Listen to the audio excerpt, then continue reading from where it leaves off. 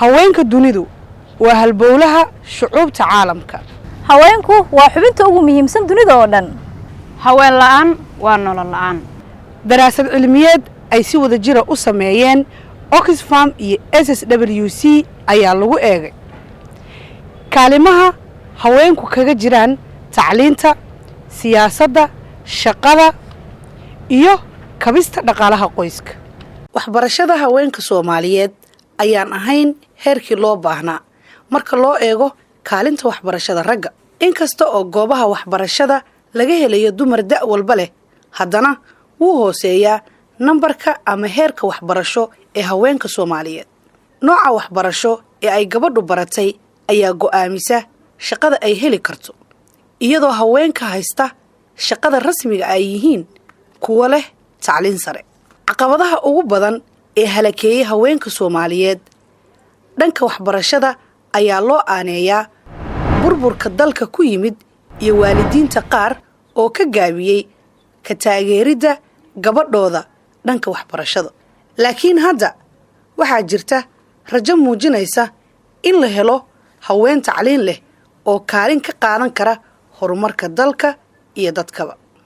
cabirka isku dheelitir la'aantu wuxuu qeexayaa in dumarku ay ku hooseeyaan dhammaan qodobada afarta ah ee cilmi baaristu ku saabsan tahay, iyaga oo hela inta ugu yar ee fursadaha dhaqaale meelaha go'aanadu ay ka go'aan ee siyaasadda, aana ku helin cid ku matasha iyo waxbarasho oo ay ku yar yihiin. sidoo kale dumarku fursado xadidan oo yar bay ka helaan shaqaalaysiinta, goobaha ganacsi iyo guud ahaan nidaamka dhaqaale ee Soomaaliya.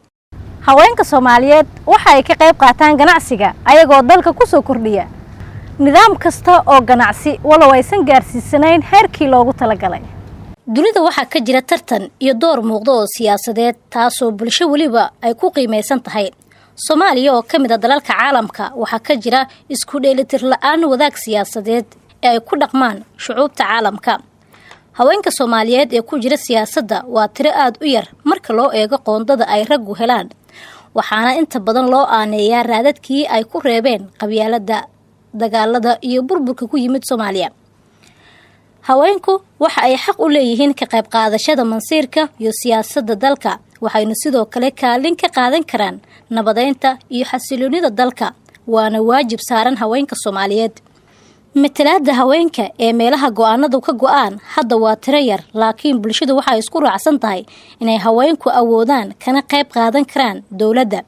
sidaa daraaddeed awoodda dhabta ah ee ka qayb qaadashada dumarka ee go'aanada iyo siyaasaddu waa ay xadidan tahay.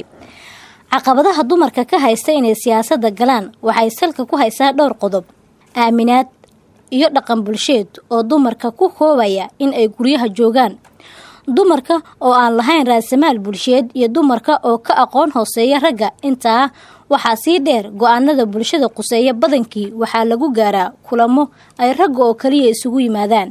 haweenka Soomaaliyeed ayaa hela mararka qaar fursado shaqo oo aan badnayn, taasi oo aan dabooli karin baahiyaadkooda ama reerkooda. haweenka qaar ayaa qabta shaqooyinka adag sida dhaqdhaqista, shaah karinta, iibinta caanaha xoolaha, tacabka beeraha iyo soo daajinta ama raacista xoolaha. fursadaha shaqaalaysiinta tooska ah ee haweenka Soomaaliyeed waa ay xadidan yihiin. dumarka ayay qaas u tahay dhibaatadu.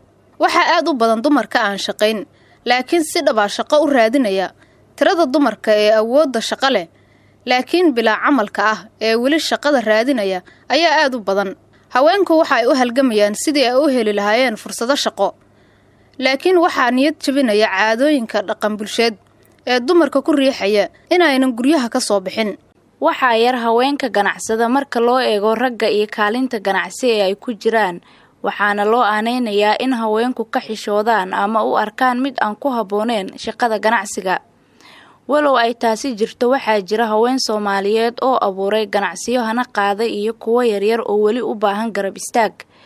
waxaa jira haween farshaxan sameeya kuwaasoo wixii ka soo baxa ganacsigooda ku maareeya nolosha qoyskooda. waxaa jira tilmaamo muujinaya in haweenku ku wanaagsan yihiin ganacsiga, wax soo saarkooduna yahay mid miro dhala. magaalooyinka dalkeena waxaa ka jira ganacsiyo badan taasoo ay qayb ka yihiin dumarka. soo gudbinta fariintan waxaa iska kaashaday Oxfam iyo SSWC.